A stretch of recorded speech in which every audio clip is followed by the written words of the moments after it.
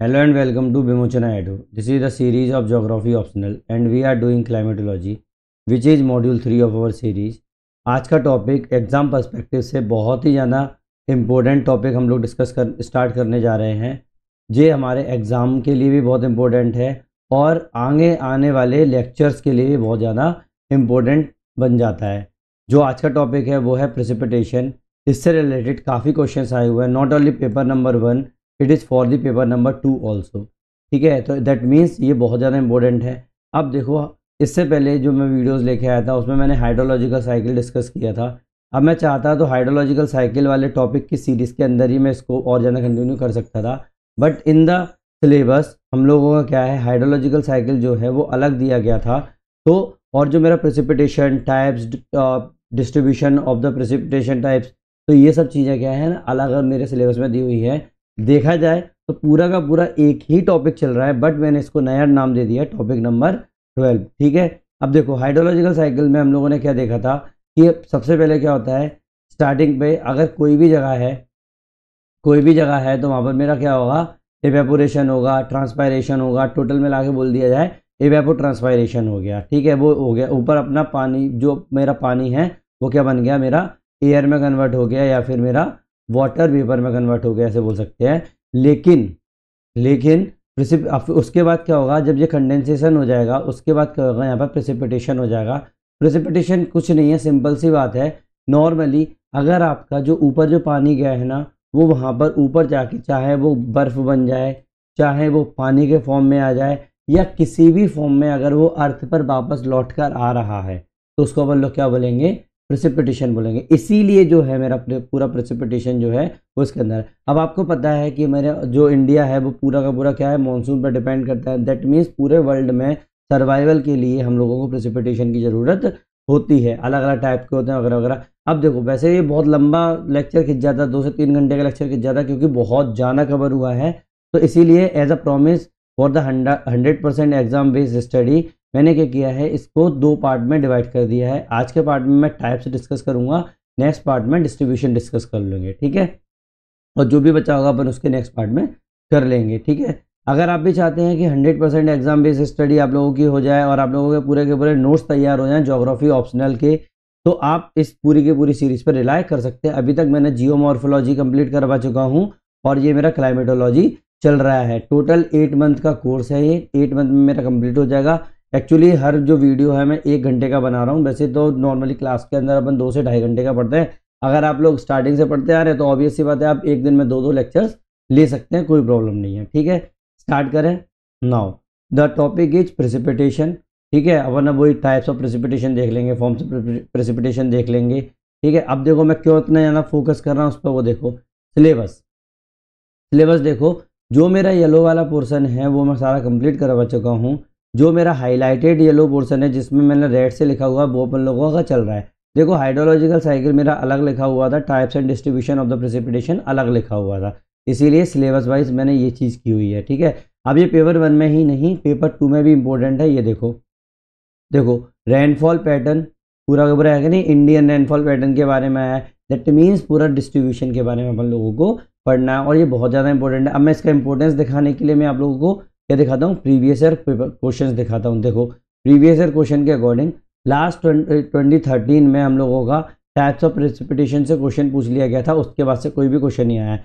अब आप बोलोगे कि अरे सर ये तो आए नहीं, अब तो आते ही नहीं है। भाई ऐसा नहीं है, 10-10 साल बाद भी, 15-15 साल भी क्वेश्चन रिपीट होते हैं। इसीलिए हम लोगों को टाइप्स ऑफ प्रेसिपिटेशन करना पड़ेगा, जो अपन लोग आज करेंगे। उसके बाद डिस्ट्रीब्यूशन ऑफ द प्रेसिपिटेशन देख लो, पेपर नंबर 1 के अंदर डायरेक्ट क्वेश्चन आया। देखो लेटेस्ट 24 में आया है, 21 में आया है। देखो उससे पहले तो 2011 में आया था। दैट मीन्स देखो हर 10 साल में लगभग ये रिपीट होता है कि नहीं? तो इसका मतलब ये इंपॉर्टेंट है। इसके बाद भी अभी ये पेपर नंबर 1 में, पेपर नंबर 2 के अंदर भी देखो कितनी बार ये क्वेश्चन आए हुए हैं। 95 से स्टार्ट हुआ, लेटेस्ट 2021 में ये क्वेश्चन आया हुआ है कि नहीं है?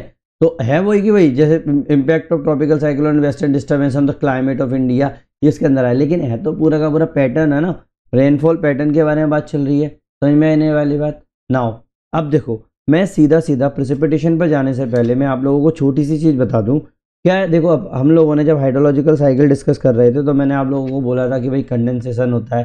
पहले क्या होगा, आप लोगों का बाष्पीकरण होगा, मतलब ये ऊपर उड़ जाएगा, फिर यहाँ पे कंडेंसेशन होगा, मतलब आपके क्लाउड्स बन जाएंगे, उसके बाद आपका प्रेसिपिटेशन होगा। बट ये किस पर डिपेंड करता है, मैंने बताया था ह्यूमिडिटी के ऊपर डिपेंड करता है, मतलब कितनी ज़्यादा उसके अंदर आर्द्रता है, मॉइस्चर कितना है उसके अंदर, है कि नहीं है, एयर के अंदर मॉइस्चर कितना है। और मॉइस्चर रिटेंशन किस पर डिपेंड करता है, टेम्परेचर के ऊपर डिपेंड करता है। किसके ऊपर डिपेंड करता है, टेम्परेचर के ऊपर डिपेंड करता है। दैट मीन्स जो टेम्परेचर है अगर मेरा ज़्यादा हुआ तो मेरा एयर का टेम्परेचर इंक्रीज होगा, जब एयर का टेम्परेचर इंक्रीज होगा तो उसका जो है मॉइस्चर जो रखने की रिटेंशन पावर जो होगी एयर की वो बढ़ जाएगी, है ना, ऑब्वियस सी बात है। तो इसीलिए हम लोगों को थोड़ा सा ह्यूमिडिटी और उससे एसोसिएटेड फॉर्म्स के बारे में थोड़ा सा डिस्कस कर लेते हैं, उसके बाद सीधा अपन प्रेसिपिटेशन के ऊपर चलेंगे। अब देखो ह्यूमिडिटी होती क्या है, अपन लोग बोलते हैं अरे यार बहुत ज़्यादा ह्यूमिडिटी हो रही है, उमस हो रही है। अगर मैं मध्य प्रदेश में बात करूँ, हम मध्य प्रदेश में ऐसे बातें करते हैं कि उमस हो रही है बहुत ज़्यादा, यार बहुत ज़्यादा उमस हो रही है। तो उमस क्या है, ह्यूमिडिटी है। ह्यूमिडिटी का मतलब हो गया कि एयर के अंदर कितना मॉइस्चर है, मतलब पानी कितना है उसके अंदर, है ना, तो उसको बोलते हैं अपन ह्यूमिडिटी। ये क्या करता है, ह्यूमिडिटी क्या करता है, कंट्रोल करता है क्लाउड फॉर्मेशन को। भाई जितना ज़्यादा ह्यूमिड एरिया होगा उतना ही ज़्यादा मेरा क्लाउड फॉर्मेशन होगा। प्रेसिपिटेशन को कंट्रोल करता है, भाई बारिश भी तो तभी आएगी अगर ह्यूमिडिटी, आप लोग नहीं बोलते यार बहुत ज़्यादा ह्यूमिडिटी हो रही है, अब लगता है बारिश आने वाली है। क्यों आने वाली है भाई, जितना होल्डिंग कैपेसिटी होगी वो अगर और ज़्यादा बढ़ती चली जाएगी तो ऑब्वियस सी बात है। मैं भी आपको बताऊंगा कौन कौन से फॉर्म होते हैं। Next, human comfort index. अब ये ह्यूमन कंफर्ट मतलब कितना कंफर्टेबल तरीके से रह रहा है। अब देखो गर्मियों में जैसे आप लोगों का मानसून का टाइम चलता है, उस टाइम पर आप लोगों को सांस लेने में भी दिक्कत होती है कि यार बहुत ज़्यादा ह्यूमिडिटी हो रही है, यार बहुत हद से ज़्यादा कूलर चलाने में बहुत ज़्यादा गर्मी लगने लगती है। क्यों, क्योंकि जो वाटर की जो लेटेंट हीट है ना वो अच्छी खासी होती है, तो इसीलिए क्या होता है वो गर्मी भी बढ़ाता है और नॉर्मली आप लोगों को प्रॉब्लम आती ही आती है। आपको पता है ह्यूमिड रीजन्स में क्या क्या होता है, जो आप मुझसे ज़्यादा अच्छा जानते होंगे नॉर्मली, है कि नहीं, आप सर्वाइव करके देख रहे हो। नाउ इंडिया के अंदर नॉर्मली ह्यूमिड इलाके में आप लोगों को पता है, जो खासकर जो मुंबई इलाके में रह रहे हैं, जो आप लोगों के समुद्र के पास के इलाके में रह रहे हैं, वहाँ पर कितना ह्यूमिड टाइम होता है, ठीक है। Measured by the hygrometer and psychrometer. किससे मेजर किया जाता है ह्यूमिडिटी को, हाइग्रोमीटर या साइक्रोमीटर से मेजर किया जाता है। समझ में आई नहीं वाली बात। नाउ कौन कौन सी ह्यूमिडिटी होती है भाई, पहली होती है एब्सोल्यूट ह्यूमिडिटी, नाम से समझ में आ रहा होगा बिल्कुल, मैक्सिमम एब्सोल्यूट मतलब मास ऑफ वाटर वेपर, क्या, mass of water vapour in unit volume of air, क्या, mass of water vapour in unit volume of air, है कि नहीं, मतलब एक यूनिट वॉल्यूम में कितना मास होगा वाटर वेपर का, जिसको अपन ग्राम पर मीटर क्यूब से रिप्रेजेंट करते हैं। वही चीज़ है, देखो वही चीज़ हो गया, मतलब मेरा वाटर वेपर कितना है एक यूनिट वॉल्यूम के अंदर। याद रखना वॉल्यूम में मास आ रहा है, वाटर का मास कितना है एक वॉल्यूम एयर के अंदर, तो उसको बोलते हैं अपन एब्सोल्यूट ह्यूमिडिटी। इसको एसोसिएटेड फॉर्म की अगर मैं बात करूं तो डायरेक्ट मेजरमेंट हो सकता है, varies with the altitude, altitude के साथ ये वेरी करता जाता है। क्यों भाई, मैंने आपको बताया था कि एल्टीट्यूड में मेरा जो वाटर वेपर जो होगी वो हाइट बढ़ने के साथ साथ क्या होती जाती है, कम होती जाती है। जब हाइट बढ़ने के साथ साथ कम होती जाएगी दैट मीन्स ये चेंज होती जा रही है ना, तो वही चीज़ है कि जो मेरी एब्सोल्यूट ह्यूमिडिटी है ना वो हाइट बढ़ने के साथ साथ क्या हो रही है, वो चेंज होती जा रही है। स्पेसिफिक ह्यूमिडिटी की अगर मैं बात करूं, इसकी स्पेसिफिक ह्यूमिडिटी की, ठीक है, तो मास of water per unit mass of air, याद रखना ये per unit volume of air था, ये per unit mass of air है। याद रखना यही चीज़ लोग कंफ्यूज होते हैं, जब वो एग्जाम के अंदर लिख के आते हैं तो स्पेसिफिक ह्यूमिडिटी में एब्सोल्यूट ह्यूमिडिटी और एब्सोल्यूट ह्यूमिडिटी में स्पेसिफिक ह्यूमिडिटी डालाते हैं। तो याद रखना एब्सोल्यूट ह्यूमिडिटी कब होगी, जब पर यूनिट वॉल्यूम के अंदर मेरा मास ऑफ वाटर होगा, वाटर वेपर होगा, और अगर मेरा स्पेसिफिक ह्यूमिडिटी की बात करूं तो मास ऑफ एयर की होगी बात होगी, ठीक है। तो मास और याद रखना वॉल्यूम में अंतर है, बस मास के लिए स्पेसिफिक और वॉल्यूम के लिए absolute humidity, including dry air, ठीक है। मोस्ट स्टेबल वर्टिकली, स्टेबल जो मोर स्टेबल वर्टिकली, क्या वर्टिकली बहुत ज़्यादा स्टेबल होती है, मतलब दूसरों के अपेक्षा हॉरिजॉन्टल की अपेक्षा जो आपकी वर्टिकल है वो स्टेबल रहेगी। Associated form used in the climatology and water balance studies, क्या, क्लाइमेटोलॉजी और वाटर बैलेंस स्टडी में ये यूज़ की जाती है। अब आप लोग बोल रहे होंगे अरे सर आप तो इसको डिटेल में नहीं ले आ रहे। भाई मैंने आप लोगों को बोला था कोई भी ओवरलोड ऑफ इन्फॉर्मेशन नहीं दूंगा, ये सिर्फ आप लोगों को ज़्यादा से ज़्यादा इंट्रोडक्शन लिखने में हेल्प करेगा, ऐसा कुछ भी डायरेक्ट क्वेश्चन नहीं पूछते हैं। थोड़ा सा आप लोगों को जनरल स्टडीज में भी पढ़ा होगा, इसमें भी आप थोड़ा सा देख लो तो आप लोगों को क्या होगा, कंसेप्ट क्लियर होगा। और कुछ नहीं है, जितना जरूरी है उतना ही पढ़ेंगे, उससे ज़्यादा नहीं पढ़ेंगे। समझ में आया ना। Mixing ratio, mass of water vapour per unit mass of dry air, मतलब वाटर वेपर जितना मेरा होगा, कितना मास होगा per unit mass of dry air, dry air के अंदर मेरा कितना वाटर वेपर है, वो मिक्सिंग रेशियो बोलते हैं। Similar to the specific humidity but exclude water mass vapour masses in the denominator. क्या होता है, बिल्कुल स्पेसिफिक ह्यूमिडिटी जैसा ही होता है, लेकिन बस अपन लोग क्या करते हैं, डिवाइड नहीं करते हैं। सीधी सीधी बात है, हम लोग वो वेपर मास को अपन लोग डिवाइड नहीं करते, डिनोमिनेटर में नहीं रखते हैं, ठीक है। Now associated form meteorological calculation कर सकते हैं इससे। वेपर प्रेशर, ऐसे ही बस ज़्यादा अपन को ज़्यादा इसको डीप में नहीं घुसना, इसीलिए मैं इसको इस तरीके से निकाल रहा हूँ, ठीक है। वो vapour pressure, partial pressure exerted by the water vapour molecules components, actual water pressure, vapour pressure और saturated vapour pressure associated from dew point occurs when the E is equal to ES। E मतलब actual vapour pressure जब मेरा saturation vapour pressure से ज़्यादा होगा तो मेरा क्या हो जाएगा, ड्यू पॉइंट आ जाएगा उस टाइम पे। अब ये ड्यू पॉइंट क्या होता है मैं आगे बताऊंगा आप लोगों को, ठीक है। रिलेटिव ह्यूमिडिटी, रिलेटिव से समझ में ही आ रहा होगा, किसी ना किसी से कंपैरिजन चल रहा होगा। तो ratio of the actual vapour content to the maximum capacity at given time, एक समय पर जितनी मेरी मैक्सिमम कैपेसिटी होगी उसका और एक्चुअल वेपर कंटेंट का रेशियो को क्या बोलेंगे हम लोग, रिलेटिव ह्यूमिडिटी बोलेंगे। एक्सप्रेस्ड एज द परसेंटेज, मतलब इसको परसेंटेज में कितना परसेंट रिलेटिव ह्यूमिडिटी है, मतलब relative humidity equal to E upon ES into 100। E क्या था मेरा, अभी मैंने बताया था, एक्चुअल वेपर प्रेशर और saturation vapour pressure. Actual vapour pressure divided by saturation vapour pressure का परसेंटेज अपन लोग निकाल रहे हैं। एसोसिएटेड फॉर्म देखो, अगर हाई रिलेटिव ह्यूमिडिटी होगा तो मेरा क्लाउड फॉर्मेशन होगा, अगर लो रिलेटिव ह्यूमिडिटी होगा तो मेरा क्या होगा, डेजर्ट और एरिड क्लाइमेट होगा। इंडियन एग्जाम्पल की मैं बात करूं तो एग्जाम्पल में लेस देन 30% रिलेटिव ह्यूमिडिटी होती है, दैट मीन्स मेरा क्या हो जाएगा, रेगिस्तानी इलाका बन जाएगा। केरला के अंदर बहुत 70% से ज़्यादा रिलेटिव ह्यूमिडिटी होती है, तो मेरा प्रेसिपिटेशन अच्छा खासा होता है। अब मैं प्रेसिपिटेशन क्यों बोल रहा हूँ, रेन क्यों नहीं बोला भाई, प्रेसिपिटेशन के सब टाइप होते हैं, रेन, हेल, अभी आपको बताऊंगा सब चीज़ें, ठीक है। टेम्परेचर वर्सेस रिलेटिव ह्यूमिडिटी का आप ये डायग्राम बनाकर आ सकते हो। देखो नॉर्मली आप देखोगे कि टेम्परेचर जैसे जैसे मेरा बढ़ता जाएगा, जैसे मेरा टेम्परेचर बढ़ता गया वैसे वैसे, अब देखो अगर मेरा हाई टेम्परेचर हुआ, हाई रिलेटिव ह्यूमिडिटी हुई है कि नहीं, तो मेरा ये बन गया। फिर ऐसे ऐसे इस तरीके से बनता जाएगा। देखो इधर मेरा टेम्परेचर कम होता जा रहा है और मेरी हाई रिलेटिव ह्यूमिडिटी कम होती जा रही है कि नहीं, रिलेटिव ह्यूमिडिटी। समझ में आना ये वाली बात। इधर जाके मेरी रिलेटिव ह्यूमिडिटी बढ़ती जाएगी और इधर मेरा टेम्परेचर कम होता जाएगा, है कि नहीं है। नॉर्मली ऑब्वियस सी बात है, कंडेंसेशन हो जाता है आप लोगों का, तो सीधी सीधी बात आ जाएगा वो। तो ह्यूमिडिटी इतना ही बहुत है, इससे ज़्यादा करने की ज़रूरत नहीं है। इम्पोर्टेंट ऑफ द ह्यूमिडिटी, भाई क्या इंपॉर्टेंस है इसका, इतनी देर से अपन लोग कर रहे हैं, थोड़ा थोड़ा सा देख लो। Normally now cloud and rainfall formation होता है, ह्यूमन का कंफर्ट इससे मिलता है, जैसे हीट इंडेक्स। एग्रीकल्चरल प्रोडक्टिविटी देखने को मिलती है, RH क्रॉप एवापोट्रांसपायरेशन। क्लाइमेटिक क्लासिफिकेशन देखने को मिलता है, थॉर्नवेट। 1948 मॉइस्चर इंडेक्स की बात चल रही है। केस स्टडीज़ की बात करें तो Delhi summer, Kerala monsoon, NASA humid maps जो बन रहे हैं वो आप लोगों को देख लो। दिल्ली समर में लो रिलेटिव ह्यूमिडिटी से क्या बनेगा, हीट वेव्स आ रही हैं। केरला के अंदर हाई रिलेटिव ह्यूमिडिटी से क्या होगा, फंगल क्रॉप डिजीजेज हो रही हैं। नासा ह्यूमिडिटी मैप्स के से क्या हो रहा है, अमेजन में जा रहे हैं तो हाईएस्ट रिलेटिव ह्यूमिडिटी देखने को मिलती है ग्लोबली, है कि नहीं है। अब अपन स्टार्ट करते हैं प्रेसिपिटेशन। सीधी सीधी बात है, ज़्यादा अपन इसमें भी डिटेल में नहीं घुसेंगे, जितना ज़रूरी होगा उतना हम लोग करेंगे, है। बस आप लोगों को क्या करना है, एग्जाम के अंदर इंट्रो में यूज़ करके आना है 2 से 3 लाइन्स, और बाकी का सब हो जाता है। इसीलिए मैं इसमें बहुत ज़्यादा डीप में नहीं जा रहा हूँ, मैं आप लोगों को ज़्यादा टाइम वेस्ट नहीं करना चाह रहा हूँ, ठीक है। चालू करें precipitation.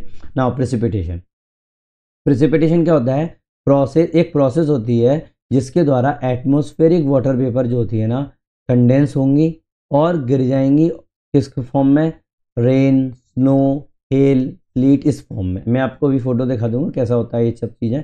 Essential link between the, अब ये क्या करता है, एटमॉस्फेयर, हाइड्रोस्फीयर, लिथोस्फीयर, बायोस्फीयर, इसमें लिंक बनाता है प्रेसिपिटेशन। थॉर्नवेट ने 1948 में प्रेसिपिटेशन को सेंट्रल माना था क्लाइमेट क्लासिफिकेशन के लिए। समझ में आया ना। Relevance of the for India, monsoon dependent है हम लोगों का इंडिया में, आपको पता है। इकोनॉमी, 75% ऑफ एनुअल रेनफॉल जो होती है ना वो 4 मंथ के अंदर होती है, लगभग 70% बोल के चलते हैं अपन मैक्सिमम, लगभग इन 4 महीनों के अंदर ही होती है मानसून टाइम पे। Controlled by the moisture supply, uplift, cooling, condensation, nuclei, है कि नहीं। किससे कंट्रोल की जाती है कि भाई मॉइस्चर सप्लाई कितना हो रहा है, अपलिफ्टमेंट कितना हो रहा है, कूलिंग कितनी हो रही है, कंडेंसेशन, न्यूक्ली कितना है। Now central to the hydrological cycle, central to the hydrological cycle, हार्टर 1931 क्लाइमेट क्लासिफिकेशन कोपन थॉर्नवेट। ठीक है, तो ये आप आराम से इंट्रो में यूज़ करके आ सकते हो। समझ में आने वाली बात। I am sorry for my energy, मेरी एनर्जी थोड़ी सी आप लोगों को स्लो लग रही होगी, तो वो थोड़ी सी मेरी आज तबीयत थोड़ी सी ख़राब है, लेकिन क्या आप लोगों को मुझे करवाना था इसीलिए मैं करवा रहा हूँ नॉर्मली, और कुछ बात नहीं। कल से अपनी एनर्जी फिर से हाई होगी। तो एनर्जी कैसी होनी चाहिए, हाई सर। ठीक है, अगर आप लोगों को ये चीज़ पसंद आ रही है, ये वीडियो पसंद आ रहा है, तो प्लीज़ एक बार ओके कमेंट सेक्शन में लिख देना, और प्लीज़ सब्सक्राइब जरूर कर देना। ठीक है।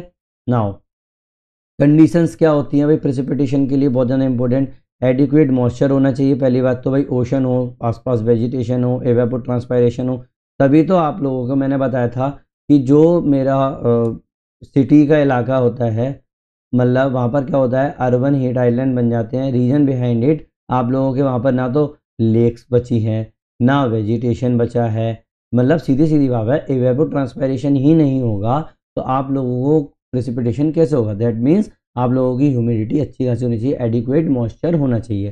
सेकंड, कूलिंग मैकेनिज्म होना चाहिए, मतलब कंडेंसेशन होना चाहिए। क्यों, कूलिंग मैकेनिज्म नहीं होगा तो कंडेंसेशन ही नहीं होगा। क्यों, ऊपर तो वो जो मेरा एयर के अंदर जो मेरा वाटर कंटेंट है, अगर मेरा हाई टेम्परेचर रहा तो वो आपस में कैसे मिलेंगे, है नहीं है, आपस में कैसे मिलेंगे। तो जैसे ही मेरा कूल हो जाएगा तो ये आपस में मिल जाएंगे, दैट मीन्स कंडेंसेशन हो गया।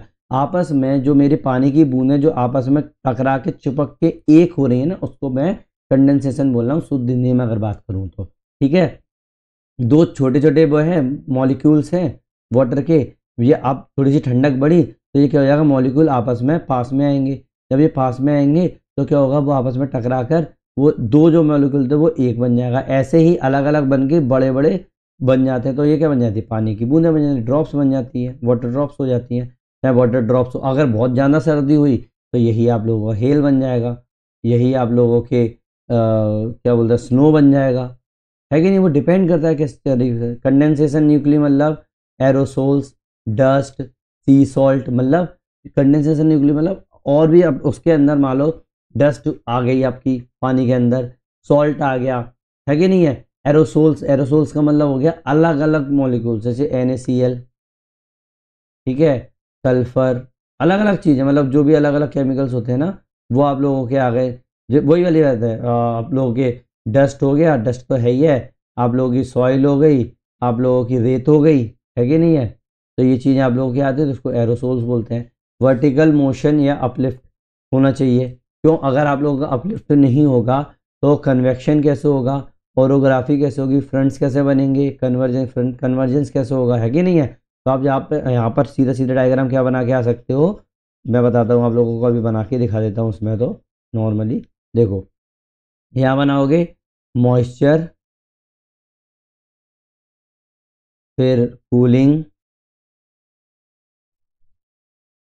फिर आप लोगों का अपलिफ्ट। ठीक है, अपलिफ्ट ये हो गया। ये जो बीच में जो इलाका दिख रहा है ना, ये तीनों मिल रहे हैं आपस में, ये इससे क्या होगा, आपका रेनफॉल होगा। ठीक है, या तो ये वाला डायग्राम बना किया जाओ या फिर ऐसे बना सकते हो, मैं बताता हूँ आप लोगों को सीधा। रेनफॉल के लिए आप लोगों को चाहिए मॉइस्चर चाहिए, फिर कूलिंग चाहिए, फिर अपलिफ्ट चाहिए, है कि नहीं है। ऐसे बना सकते हो, सीधी सीधी बात है। या फिर ऐसे बना सकते हो नॉर्मली, मॉइस्चर, कूलिंग, अपलिफ्ट, इससे क्या हो जाएगा, आप लोगों को रेनफॉल देखने को मिलेगा, है कि नहीं। इस तरीके का डायग्राम बनाकर आ जाना। थ्योरीज या थिंकर्स, देखो नॉर्मली इतना ज़्यादा ज़रूरी नहीं है, लेकिन फिर भी 1 से 2 थिंकर्स याद रखना। सब आपको तो याद ही होगा। आपको इसके अंदर हमेशा थॉर्नवेट याद रखना है, मैंने आप लोगों को लास्ट वीडियोज़ में भी बताया है, ठीक है। तो आप लोग क्या करोगे, थॉर्नवेट और विजगनेस सबसे ज़्यादा याद रखना, ठीक है। हेडली भी याद रख सकते हो, कोई प्रॉब्लम नहीं है, क्योंकि इसने सर्कुलेशन बेल्ट और ट्रॉपिकल कन्वेक्शन के बारे में बात की है। विजगनेस ने 1922 में पोलर फ्रंट थ्योरी की बात करी है, फ्रंटल प्रेसिपिटेशन की। नाउ थॉर्नवेट ने precipitation central to the water balance की बात की है। ऐसे ही चाहो तो बर्जन फिंसन ने आइस क्रिस्टल प्रोसेस की बात की है। जो भी याद हो जाए, सिर्फ 2 ही बहुत है थ्योरी और थिंकर के अंदर, ठीक है। ये आप यूज़ करके आना जब आएगा, क्योंकि मेंस का एग्ज़ाम है ज्योग्राफी ऑप्शनल का, उसके अंदर आप जितना लिख के आओगे वैल्यू एडिशन हो जाएगा। Next is process of rain formation. भाई क्या 2 ही प्रोसेस होती हैं, एक होता है कोलिजन कोलेंस कोलिजन कोलेंस, मतलब वार्म क्लाउड्स होते हैं। क्या होते हैं, वार्म क्लाउड होते हैं। Droplet growth by the collision and merging. क्या होता है, ड्रॉपलेट जो होती है ना, वो कोलिजन और मर्जिंग से बढ़ती चली जाती है। मैंने अभी वही बताया कि 2 पार्टिकल्स जो हैं वो आपस में मिलेंगे तो क्या हो जाएगा, ड्रॉपलेट जो होंगे वो ग्रोथ होगी। कॉमन इन ट्रॉपिक्स, ट्रॉपिक्स में बहुत ज़्यादा कॉमन है। कन्वेंशनल रेन्स की अगर बात करेंगे तो क्योंकि वहाँ पर क्या होता है, वहाँ पर मेरे को ह्यूमिडिटी बहुत ज़्यादा देखने को मिलती है, तो इसीलिए मेरा क्या हो जाएगा, ये कहाँ पर देखने को मिलते हैं, ट्रॉपिक्स में देखने को मिलते हैं। नेक्स्ट इज वर्जरन फिंसन, मतलब यहाँ पर कोल्ड क्लाउड्स देखने को मिलते हैं, मतलब सुपर कूल्ड वाटर होना चाहिए। इससे क्या होगा, सुपर कूल्ड वाटर होगा तो क्या होगा, मेरा आइस क्रिस्टल ग्रोथ होंगी। आइस क्रिस्टल जब ग्रोथ होगी तो स्नो या रेन होगी। यहाँ पर common in the temperate zone में अपन लोगों को ज़्यादातर देखने को मिलता है। अब ये मत पूछना कि टेम्परेट जोन और ट्रॉपिक जोन क्या होते हैं, समझ में आने वाली बात। नॉर्मली आप मेरे पुराने वीडियो देखना, उसमें सब कुछ हो जाएगा। अपन लोग सीरीज जो फॉलो कर रहा है, बीच में से आ रहा है भाई, हर किसी को बीच में से आने पे तो मूवी भी समझ में नहीं आती। ये तो भाई पूरा का पूरा हम लोगों को क्लाइमेटोलॉजी की सीरीज चल रही है कि नहीं है। फिर भी मोटा मोटा देख लो, टेम्परेट जोन ट्रॉपिकल जोन क्या होता है, जो ट्रॉपिक्स के पास वाला जो इलाका होता है लगभग 30 से 35 डिग्री, ठीक है, नॉर्थ साउथ, और उसके ऊपर जो 60 डिग्री के आसपास वाला इलाका होता है, ये 60 डिग्री के इलाके वाला, उसको अपन लोग क्या बोलते हैं, टेम्परेट जोन बोलते हैं। समझ में आने वाली बात। नॉर्मली अगर आ गई है एक बार तो ओके कमेंट सेक्शन में लिख देना। नाउ टाइप्स ऑफ प्रेसिपिटेशन, इसी से क्वेश्चंस आते हैं और अपने सिलेबस में भी यही लिखा हुआ है, ठीक है। मैं ज़्यादा डिटेल में नहीं जाऊँगा, क्योंकि आपको पता है कि 2011 में आई थिंक लास्ट टाइम पूछा गया था, उसके बाद से क्वेश्चन नहीं पूछा है। लेकिन फिर भी अपन लोग फ्यूचर के लिए कि भाई अगर आ भी जाता है तो अपन लोग कराएं, इसीलिए अपन थोड़ा थोड़ा सा कर लेंगे, हमारे नोट्स भी उतने ही तैयार कर लेंगे। तो पहला है कन्वेंशनल रेनफॉल। क्या, कन्वेक्शनल रेनफॉल, कन्वेक्शन होगा तो रेनफॉल होगा। तो कन्वेक्शनल रेनफॉल क्या होता है, मैकेनिज्म देख लो। इंटेंस सरफेस हीटिंग होगी, जब इंटेंस सरफेस हीटिंग होगी तो क्या होगा, आप लोगों का मॉइस्ट एयर जो होगी वो ऊपर उठेगी, है कि नहीं है। सरफेस हीटिंग हो रही है तो मॉइस्ट एयर जो होगी ऊपर उठेगी, और जैसे ही वो ऊपर जाएगी तो क्या होगा, वो ठंडी होने लगेगी। मैंने बताया था जब चीज़ें ऊपर उठती हैं तो वो ठंडा होने लगता है। जब ठंडी होने लगेगी तो क्या होगा, कंडेंसेशन स्टार्ट हो जाएगा। तो बस वही चीज़ है कि कंडेंसेशन स्टार्ट हो गया। अब जैसे ही कंडेंसेशन स्टार्ट होगा, आप लोगों को कुमुलोनिम्बस क्लाउड देखने को मिलेगा। कौन सा क्लाउड देखने को मिलेगा, कुमुलोनिम्बस क्लाउड देखने को मिलेगा, और आप लोगों की थंडरस्टॉर्म्स देखने को मिलेंगी। तो इसका मतलब कैरेक्टरिस्टिक्स की मैं बात करूं तो ये भाई बहुत कम टाइम के लिए होता है, बहुत इंटेंस होता है और लोकलाइज्ड होता है, बहुत कम एरिया में होता है। अकम्पनीड बाय द हेल या लाइटनिंग, मतलब जब भी होगा या तो हेल होगी या लाइटनिंग आप लोगों को देखने को मिलेगी ऐसी प्रेसिपिटेशन के अंदर। कौन सी में, कन्वेक्शनल के अंदर। एग्जाम्पल, इक्वेटोरियल बेल्ट की अगर मैं बात करूं तो वहाँ पर डेली सावर्स होते हैं इक्वेटोरियल में। मैंने जब आप लोगों को इन्वायरमेंट बताऊंगा, जब इक्वेटर की कंडीशंस बताऊंगा तो पता चलेगा कि यहाँ पर दिन में डेली के डेली क्या होता है, बारिश होती है। तो वही चीज़ है। इंडिया का एग्जांपल देख लो, प्री मानसून जो होती है उसको काल बैसाखी बोलते हैं, बंगाल और असम के अंदर है। मानसून नहीं आया लेकिन वो आ गया। तो ये क्या हो रहा है, कन्वेंशनल के रेनफॉल हो रहा है। क्यों, क्योंकि जो मेरा सरफेस जो है वो हीट बहुत ज़्यादा कर रहा है। ये स्टडी देख लो, अप्रैल मई में थंडरस्टॉर्म जो होते हैं वो बहुत क्रूशियल होते हैं टी और जूट कल्टीवेशन में नॉर्थ ईस्ट इंडिया के अंदर। अब चाहो तो डायग्राम आप बनाकर आ सकते हो, ये वाला, ठीक है। देखो ये रहा, नॉर्मली देखो अभी सी से अपना एवेपोरेशन हो रहा है, वेट, सी से क्या हो रहा है, एवेपोरेशन हो रहा है। सन की हीट के कारण अपना क्या हो रहा है, अपना जो सरफेस है वो हीट अप होता जा रहा है। तो और जो पेड़ लगे हुए हैं यहाँ पर तो एवेपोट्रांसपायरेशन भी हो रहा है कि नहीं है। तो इसका मतलब ये हो गया, ये क्या कर रहा है, इसको ये हीट दे रहा है ना, सन हीट द ग्राउंड, जो लिखा तो है वही चीज़ है, ठीक है।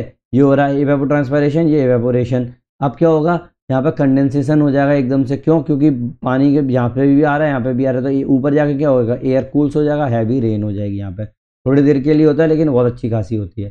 सेकेंड इज ओरोग्राफिक या रिलीफ रेनफॉल में, ये मैंने जब आप लोगों को जियोमॉर्फोलॉजी बताया था उस टाइम पे भी मैंने इसके बारे में बात की थी। ओरोग्राफिक मतलब होता है कि अगर मेरे अर्थ के सरफेस पर कोई स्ट्रक्चर बना है, उसके कारण अगर मेरा रेनफॉल हो रहा है, तो उसको मैं क्या बोलूँगा, ओरोग्राफिक रेनफॉल बोलूँगा। अब ये बताओ, एक पहाड़ है, उस पर ये बहुत बड़ा पहाड़ है, यहाँ पर मेरा समुद्र भरा हुआ है, यहाँ से अगर मेरा मॉइस्ट एयर आ रही है तो ये ऊपर उठ ही नहीं पाएगी। जब ये ऊपर इससे पार करने की कोशिश करेगी, जब ये ऊपर उठेगी तो क्या होगा आप लोगों का, ये ऊपर जाएगी तो ठंडी हो जाएगी, तो ये इधर जाने से पहले ही यहाँ पर बरस जाएगा, है कि नहीं है, ये यहाँ पर बरस जाएगा। तो वही चीज़ है मैकेनिज्म। देखो मॉइस्ट एयर जो होगी क्या होगी, मॉइस्ट वेट, हाँ, मॉइस्ट एयर जो होगी वो लिफ्टेड ओवर द बैरियर, क्या होगा, बैरियर के ऊपर उठेगी। इससे क्या होगा, एडियाबैटिक कूलिंग होगी। एडियाबैटिक मतलब अपने आप से, तो फिर कंडेंसेशन होगा, मतलब ऑब्वियस ही बात है, ऊपर उठेगा तो कंडेंसेशन। कंडेंसेशन का दिमाग में एक ही चीज़ रखना, जो हिंदी मीडियम वाले अगर जो देख रहे हैं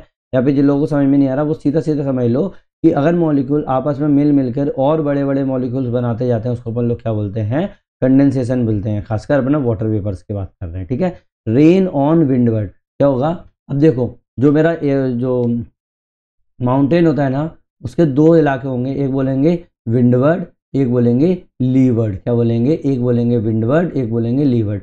जो विंडवर्ड जो इलाका होता है ना, वहाँ पर क्या होगा, क्योंकि यहाँ पर विंड आ रही है तो इसीलिए इसको विंडवर्ड बोल दिया, तो बारिश तो यहीं हो जाएगी, तो बारिश मेरी इस साइड हो जाएगी। और लीवर्ड मतलब यहाँ पर मेरा कोई भी एयर नहीं आ पा रही है, तो इसको रोक पा रहा है, तो यहाँ पर क्या होगा, मेरा लीवर्ड, यहाँ पर मेरी बारिश नहीं होगी, ठीक है। लीवर्ड स्लोप में रेन सेट होगा, मतलब कोई भी रेन नहीं होगी। नाउ एग्जाम्पल, मौसाराम चेरापूंजी का जो इलाका है, 12,000 mm पर ईयर बारिश होती है, हाईएस्ट रेनफॉल होता है इंडिया के अंदर। वेस्टर्न घाट के अंदर विंडवर्ड इलाका है, मोर देन 4,000 mm बारिश होती है। लीवर्ड इलाके में ओनली लेस देन 1,000 mm बारिश होती है। थ्योरेटिकल लिंक अगर देखोगे तो फॉन और चिनूक विंड से होंगे आप लोगों को। जब मैं आप लोगों को लोकल विंड्स के बारे में बताऊंगा तो और समझ में आएगा। केस स्टडी देख लो, 2018 में केरला फ्लड्स आई थी, क्योंकि हैवी ओरोग्राफिक रेन्स हुई थी, मॉनसून सर्ज हुआ था, है कि नहीं है। नाउ डायग्राम ये बना के आ सकते हो नॉर्मली, देखो ये जा रहा है, इधर से मेरा वो आ रहा है, और इधर क्या बना है, विंडवर्ड इलाका हो गया, ये माउंटेन हो गया, ये लीवर्ड इलाका हो गया। यहीं पे ऊपर इधर आने से पहले क्या हो गई, ये यहीं पे बारिश हो गई, यहाँ पे मेरा प्रेसिपिटेशन हो रहा है, यहीं पे बारिश हो गई। इधर की तरफ क्या हो जाएगा, मेरी बारिश नहीं होगी। देखो हरियाली भी मेरी इस साइड देखने को मिलती है, इस साइड हरियाली नहीं है। नाउ साइक्लोनिक या फ्रंटल रेनफॉल, ये मैंने साइक्लोन बता दिया था, उसी में सब कुछ बता दिया है, कुछ भी नया नहीं बताऊंगा। देखो साइक्लोनिक या फ्रंटल रेनफॉल क्या होगा, वही फ्रंट के कारण। वार्म फ्रंट क्या होता है भाई, बस जेंटल अपलिफ्ट होता है वार्म फ्रंट में, तो वाइड स्प्रेड होता है, स्टडी रेन होती है, और निम्बो स्टेटस क्लाउड होता है। ये मैं आप लोगों को जब मैंने साइक्लोन्स बताए थे पूरे के पूरे, उस टाइम पे बता दिया था। कोल्ड फ्रंट में जो होता है ना, वो स्टीप अपलिफ्ट होता है, इससे क्या होगा, हैवी सावर्स होंगे और कुमुलोनिम्बस देखने को मिलेगा। मैंने यही बताया था कि कोल्ड फ्रंट जो होते हैं ना, कोल्ड फ्रंट जो होते हैं ना, वो वार्म फ्रंट से ज़्यादा क्या होते हैं आप लोगों के, इनस्टेबल होते हैं। क्या होते हैं, इनस्टेबल होते हैं। दैट मीन्स यहाँ पर मेरी बारिश बहुत ज़्यादा होगी, है कि नहीं, बट इसका जो टाइमिंग होती है ना, वो थोड़ी सी कम होती है। जो वार्म फ्रंट जो होता है ना, वो जेंटल तो होता है अपलिफ्ट, तो बारिश की जो इंटेंसिटी होती है वो कोल्ड फ्रंट से थोड़ी सी कम होती है, बट ज़्यादा टाइम के लिए होती है। आई ना समझ में ये वाली बात, अगर आ गई है तो एक बार ओके सेक्शन में, कमेंट सेक्शन में ओके लिख देना। Now cyclonic low pressure system, cyclonic low pressure system, tropical cyclones की अगर मैं बात करूं तो टेरेंशियल रेन प्लस स्टॉर्म सर्जेस देखने को मिलते हैं। मॉनसून डिप्रेशन की अगर मैं बात करूं तो बे ऑफ बंगाल लोज, इससे क्या होगा, इंडो गैंजेटिक रेनफॉल देखने को मिलेगा। अब ये मॉनसून पढ़ाऊंगा तो आप लोगों को समझ में आएगा। वेस्टर्न डिस्टर्बेंसेस की अगर मैं बात करूं तो विंटर में रेन होगा या स्नो हो सकती है नॉर्थ वेस्ट इंडिया के अंदर, इससे क्या होगा, वीट का इरीगेशन हो सकता है, ठीक है। केस स्टडी देख लो, 2015 में चेन्नई फ्लड्स आई थी, मॉनसून डिप्रेशन हुआ था, अर्बन फ्लडिंग हुई थी। 2013 में पंजाब वीट यील्ड ड्रॉप हुआ था, क्यों, क्योंकि वेस्टर्न डिस्टर्बेंसेस रेनफॉल नहीं हुआ था, है कि नहीं है। समझ में आने वाली बात। अब चाहो तो ये डायग्राम बना कह सकते हो, जो अपन लोग हमेशा फ्रंट के अंदर बना रहे थे। ठीक है। तो कोल्ड एयर यहाँ पे हो जाएगा, यहाँ पे मेरा कूल एयर हो जाएगा, ये वार्म एयर हो जाएगा। तो यहाँ पर मेरे को क्या देखने को मिल रहा है, कोल्ड फ्रंट देखने को मिल रहा है। ये मेरा जो रेड वाला जो दिख रहा है वो मेरा क्या है, वार्म फ्रंट है। समझ में आया ना। और मैंने बताया था जब मैं फ्रंट्स बता रहा था, जो कोल्ड फ्रंट होते हैं वहाँ पर मेरे कुमुलोनिम्बस क्लाउड देखने को मिलते हैं। तो कुमुलोनिम्बस, और जो मेरा वार्म फ्रंट होता है वहाँ पर मेरा स्टेटस क्लाउड देखने को मिलता है। तो स्टेटस क्लाउड भी देखने को मिल गया। ठीक है, ये थोड़े कम टाइम के लिए होता है लेकिन बहुत हैवी रेनफॉल होती है, लेकिन ये ज़्यादा टाइम के लिए होती है और वाइड स्प्रेड होती है, लेकिन थोड़े से सावर्स होते हैं, लाइट सावर्स होते हैं। तो ये चीज़ अपन लोग कर सकते हैं। डायरेक्शन ऑफ स्टॉप मूवमेंट की बात करें समझ में आने वाली बात। और भी फॉर्म होते हैं अपने प्रेसिपिटेशन के, जैसे स्नोफॉल, हेल, स्लीट, ड्रिजल, वाइगा, वर्गा, आर्टिफिशियल प्रेसिपिटेशन। आर्टिफिशियल प्रेसिपिटेशन तो आप लोगों को समझ में आया। और याद रखना आर्टिफिशियल प्रेसिपिटेशन 2016 के लिए बहुत ज़्यादा इम्पोर्टेंट है। किसी ने मुझे कमेंट सेक्शन में पूछा था कि सर करंट अफेयर कैसे दिमाग में लगाना है। भाई आपको पता है कि दिल्ली में अभी क्लाउड सीडिंग हुई है हिस्ट्री में पहली बार, और इस साल मेरा जनरल स्टडीज़ के अंदर जो पेपर हुआ था उसमें कोई क्वेश्चन पूछा नहीं गया है। दैट मीन्स मेरा अगले साल आने के चांसेस बहुत बढ़ जाते हैं इस चीज़ में। तो आप लोग आर्टिफिशियल प्रेसिपिटेशन पर हमेशा तैयार करके जाना जनरल स्टडीज़ में। और ज्योग्राफी ऑप्शनल में तो है ही normally. Now cloud seeding in the Maharashtra 2015 में हुई थी। और अगर मैं देखा जाए तो आप लोग क्या करेंगे, सीधी सीधी बात करना, दिल्ली में भी क्लाउड सीडिंग हुई थी, महाराष्ट्र ड्रॉट हुई थी। ठीक है। नाउ वाइग्रा वर्गा precipitation evaporate before the reaching the ground, मतलब ग्राउंड के पहुंचने से पहले ही जो होती है प्रेसिपिटेशन एवेपोरेट हो जाती है। मतलब ऊपर से लगेगा कि बारिश आ रही है लेकिन ग्राउंड तक नहीं पहुंच पाती। ये ज़्यादातर एरिड जोन्स में देखने को मिलता है। कहाँ देखने को मिलता है, एरिड जोन, मतलब जहाँ पर मेरा ह्यूमिडिटी कम होती है, रेगिस्तानी इलाका जहाँ पर होता है ना, सूखा इलाका। ड्रिजल क्या होता है भाई, ये स्मॉल ड्रॉपलेट्स होते हैं, स्ट्रेटस क्लाउड जिसको बोलते हैं ना, बहुत ज़्यादा छोटी छोटी होती है। आप लोगों ने बौछार आना, बस ये वही बौछार है। ठीक है, समझ में आई ना ये वाली बात। नाउ स्लीट क्या होता है, फ्रोजन रेन है टेम्परेट रीजन के अंदर, भाई जमी हुई रेन हो रही है। हेल नॉर्थ इंडियन स्टॉर्म्स में आपको देखने को मिलता है, फ्रूट क्रॉप जो होती है वो डैमेज होती है। हेल मतलब ओले पड़ गए। ठीक है। स्नोफॉल हिमालय और या आल्प में देखने को हम लोगों को मिलता है। ठीक है। टाइप्स ऑफ प्रेसिपिटेशन देख लो नॉर्मली, ये प्रेसिपिटेशन है, टोटल 11 टाइप के प्रेसिपिटेशन होते हैं। एक होता है जो लिक्विड प्रेसिपिटेशन होता है, मतलब पानी से रिलेटेड। तो या तो वो रेन होगा या ड्रिजल होगा। क्या होगा, या तो वो रेन होगा या ड्रिजल होगा, मतलब या तो पूरी तरीके से बारिश आएगी या फिर बौछारें पड़ रही होंगी। तो वही चीज़ है, देखो रेन बहुत तेज हो रही है, ड्रिजल जो हो गया। Next freezing. अब जो फ्रोजन प्रेसिपिटेशन होते हैं, फ्रोजन प्रेसिपिटेशन 9 टाइप के होते हैं। एक होता है फ्रीजिंग रेन, बिल्कुल जमी हुई वो आएंगे टपकेंगे। फिर फ्रीजिंग ड्रिजल, बस वही ड्रिजल है, वो भी अपनी जमी हुई निकलेगी। स्लस मतलब जिसके अंदर आप लोगों का दोनों देखने को मिलता है। ठीक है, फ्रीजिंग रेन और ड्रिजल। फिर स्लीट होता है, थोड़ा सा ज़्यादा बढ़ जाता है स्लीट है। ठीक है। फिर स्नो और ज़्यादा सॉफ्ट हो गया। फिर ग्रपुल, ये और ज़्यादा सॉफ्ट हो गया। आइस क्रिस्टल देखने को मिलते हैं। हेल देखने को मिलते हैं, ओले। ठीक है। मेगा क्राइपो मिटियोर देखने को मिलता है, बड़े बड़े जो होते हैं ना ओले, उनको बोलते हैं। ठीक है, आगे समझ में ये वाली बात। नाउ फैक्टर इन्फ्लुएंसिंग प्रेसिपिटेशन, क्या प्रेसिपिटेशन को कौन कौन से फैक्टर इन्फ्लुएंस करते हैं। देखो मैं ज़्यादा डिटेल में इस चीज़ को दिखा नहीं रहा, इसीलिए बस एक लाइन बहुत है आप लोगों को उसमें लिखने के लिए। भाई पहला तो लैटिट्यूड ही करता है। क्यों, सोलर हीटिंग के कारण कि कितनी ज़्यादा, मैंने बताया ना टेम्परेचर के ऊपर डिपेंड करता है प्रेसिपिटेशन। जब मेरा यहाँ पर लैटिट्यूड अलग है, यहाँ पर लैटिट्यूड अलग है, मतलब यहाँ पर मेरा टेम्परेचर अलग है, यहाँ पर अलग है, तो ऑब्वियस है इन्फ्लुएंस करेगा। तो सही हो गया। Next is air masses and circulation. भाई एयर मासेस कैसा है, सर्कुलेशन कैसा है, क्लॉकवाइज है, एंटी क्लॉकवाइज है, ऊपर जा रहा है नीचे जा रहा है, ठंडा है गर्म है, आपस में टकराएगा तभी तो बारिश होगी, है कि नहीं। अगर मान लो एक मॉइस्ट और एक ड्राई एयर टकराएगी तो क्या होगा, यहाँ पर इनस्टेबिलिटी आएगी, तो बारिश नहीं हो सकती यहाँ पे, ऑब्वियस सी बात है। नाउ प्रॉक्सिमिटी टू ओशन, भाई कितना पास में है ओशन के, है कि नहीं है। तो क्योंकि वो आप लोगों को ह्यूमिडिटी देता है, रिलीफ या बैरियर, कि भैया कौन सा रिलीफ है कौन सा बैरियर आ रहा है, हवा को कौन सी चीज़ रोक रही है उसका सीधी निकल जाए, तो वो भी आप लोगों पर डिपेंड करता है। एंथ्रोपोजेनिक एरोसोल, मतलब जैसे पॉल्यूशन वगैरह होते हैं ना, उस पर भी डिपेंड करता है। क्लाइमेट ऑसिलेशन, मतलब एनसो, इंडियन ओशन डाइपोल, तो ये सब मैं आप लोगों को बताऊंगा जब मानसून बताऊंगा, लेकिन ये समझ जाओ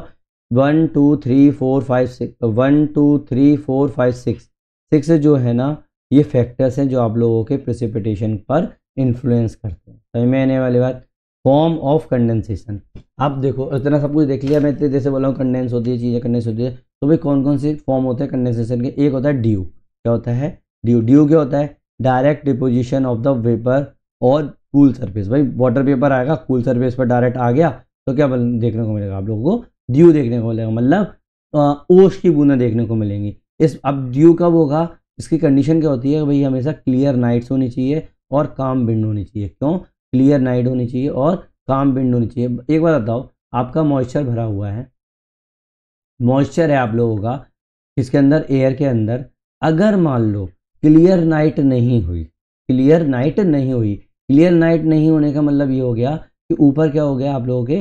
क्लाउड फॉर्मेशन हो गए। जब ऊपर क्लाउड होंगे तो मैंने आप लोगों को जब जियोमॉर्फोलॉजी बता रहा था और क्लाइमेटोलॉजी की स्टार्टिंग में भी मैंने जब बताया था, तो मैंने एक चीज़ बताई थी कि जो मेरा जो सन जो होता है ना, वो मेरा हीट कैसे करता है? वो मेरा नॉर्मली हीट देगा और फिर जो मेरी अर्थ की सरफेस होगा वो क्या करेगा? इसको रात में बाहर भेजेगा, है कि नहीं है?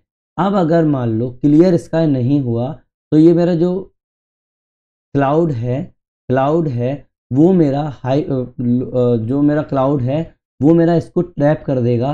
दैट मीन्स यहाँ पर मेरा टेम्परेचर इंक्रीज हो जाएगा सरफेस से इसके बीच में। जब मेरा टेम्परेचर इंक्रीज हो जाएगा तो फिर मेरी जो वाटर रिटेंशन कैपेसिटी है एयर की, वो क्या हो जाएगी? वो इंक्रीज हो जाएगी। इसका मतलब मेरा कंडेंसेशन कम हो जाएगा, वो डिपॉजिट ही नहीं हो पाएगा, है कि नहीं? तो इसका मतलब जो होगा, अगर मेरा ऊपर क्लाउड आ जाता है तो मुझे ड्यू देखने को नहीं मिलता है। अगर मेरा क्लियर नाइट हुई तो मेरा क्या हो जाएगा? टेम्परेचर जो होगा वो इंक्रीज ही नहीं होगा, टेम्परेचर कम ही रहेगा। जब टेम्परेचर कम रहेगा और काम विंड रहेंगी, क्यों शांत विंड रहेंगी, तभी तो वो आपस में चिपक पाएगी बूंद है। तो इसीलिए क्या हो जाएगा? क्लियर नाइट और काम विंड होनी चाहिए अगर आप लोगों को ड्यू ड्रॉप्स होना चाहिए होंगे तो, ठीक है। Example common in north India, winter morning के अंदर आप लोगों को देखने को मिलता है कितनी सारी ओस की बूंदें देखने को मिलती है। Importance supplement soil moisture for the rabi crop, rabi crops के ऊपर आप लोगों को सॉइल को मॉइस्चर दे देता है ये, ठीक है। Frost, second is Frost. Frost में क्या होता है? वेपर जो होती है ना, वो डायरेक्ट आइस क्रिस्टल में कन्वर्ट हो जाती है, मतलब 0 डिग्री सेल्सियस के ऊपर। एग्जाम्पल हिमाचल एप्पल ऑर्चार्ड्स जो होते हैं वो अफेक्ट करते हैं, ठीक है। Case Frost damages in the Kashmir saffron 2017 में कश्मीर की जो केसर की खेती थी उसको फ्रॉस्ट ने ख़त्म कर दिया था। फॉग, फॉग तो समझ में आया होगा, ठीक है। Suspension of the water droplets near ground, ground के आसपास में जो वाटर ड्रॉपलेट्स का जो उसको क्या बोलते हैं अपन लोग? फॉग बोलते हैं। आई am sorry for that. Types, radiation fog. क्या रेडिएशन फॉग कितने होते हैं? 3 टाइप के होते हैं, रेडिएशन फॉग, एडवेक्शन फॉग और फ्रंटल फॉग। रेडिएशन फॉग कहाँ पर देखने को मिलते हैं? इसमें क्या है, अपन को क्लियर नाइट होना चाहिए और वैलीज होना चाहिए। Advection fog moist air over the cold surface, Mumbai coast पर। फ्रंटल फॉग एट फ्रंट पे होना चाहिए। केस हिस्ट्री, दिल्ली का स्मोग, पॉल्यूशन और फॉग को मिलकर स्मोक बनता है। बहुत ज़्यादा पुराना टॉपिक है, आप लोगों को पता ही होगा।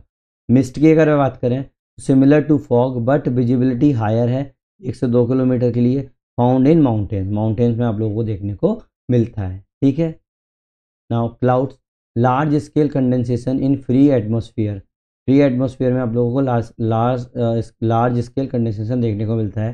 टाइप्स में ल्यूक हॉवर्ड और 1803 क्लासिफिकेशन, सर्रस, कुमुलस, स्टेटस और निम्बस क्लाउड देखने को मिलेंगे। फॉर्म ऑफ कंडेंसेशन की बात करेंगे, that leads to the precipitation. Form of condensation that leads to precipitation.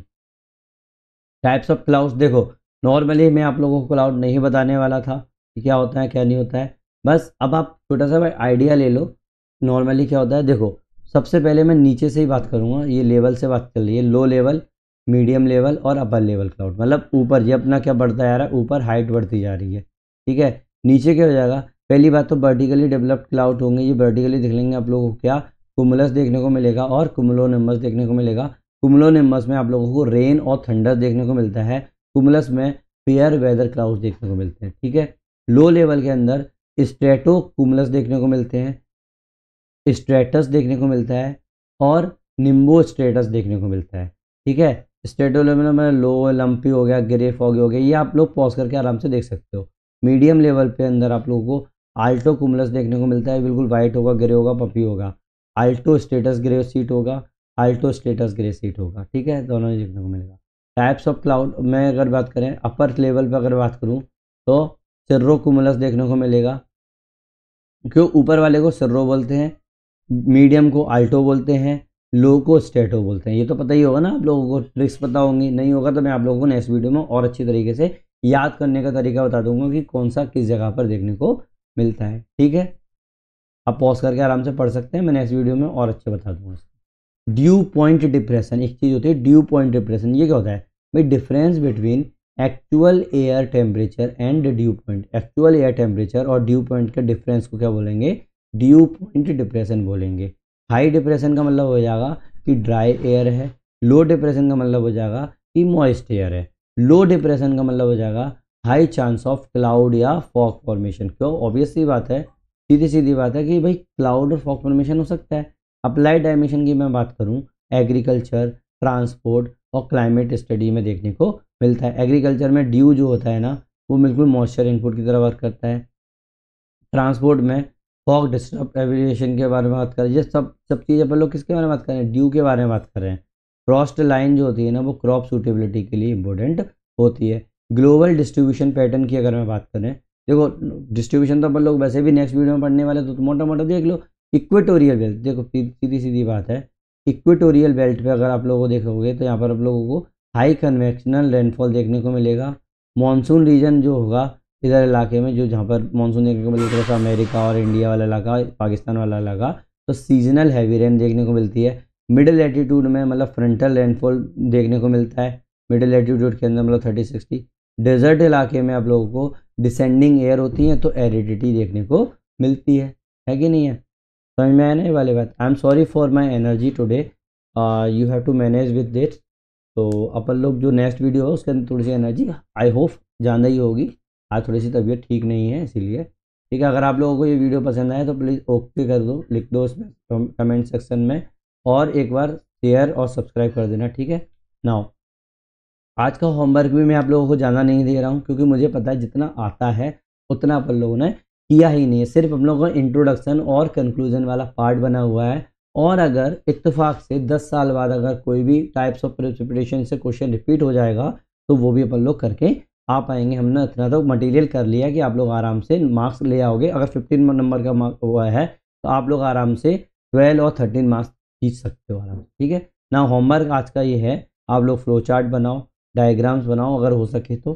ठीक है, नाउ नेक्स्ट वीडियो में हम लोग प्रेसिपिटेशन ही कंटिन्यू रखने वाले हैं, जिसके अंदर अपन लोग ट्राई करेंगे कि हम लोगों का डिस्ट्रीब्यूशन कंप्लीट हो जाए। अगर इस नेक्स्ट वीडियो में कंप्लीट नहीं होता है पूरा अपना प्रेसिपिटेशन का टॉपिक, तो उसके अगले वीडियो मतलब मैक्सिमम 3 वीडियो में अपन लोग प्रेसिपिटेशन पूरा कंप्लीट कर देंगे। ठीक है, थैंक यू वेरी मच। अगर आप लोगों को लगता है कि 1% भी आप लोगों की मैंने हेल्प की है या फिर आप लोगों का टाइम वेस्ट नहीं किया है, तो एक बार लाइक करो, शेयर करो और सब्सक्राइब करो। थैंक यू वेरी मच, मिलते हैं नेक्स्ट वीडियो में।